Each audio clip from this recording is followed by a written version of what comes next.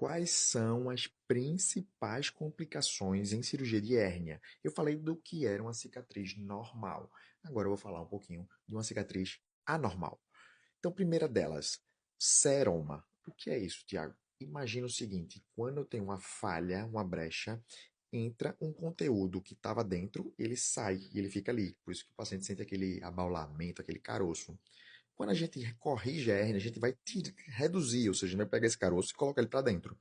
Então, nessa colocação para dentro, aquele espaço onde tinha aquela gordura, aquele intestino que estava ali, a gente não preenche com nada, não tem como colocar espuma dentro, ou um pó de serra, eu vivo brincando com os pacientes.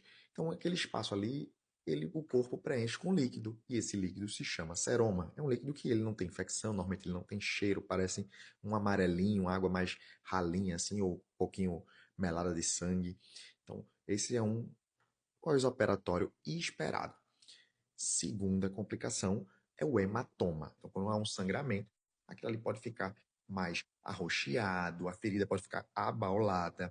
Cuidado, que nem todo roxo, né, aquela hematoma é um hematoma grande que a gente precisa abordar. Às vezes pode ser ficar muito roxo. Esse roxinho da pele, às vezes ele espalha muito, porque a própria circulação dos vasos na pele permite essa espalhar nesse rosto. Então parece que tem uma pancada gigante, mas o sangramento é pequeno.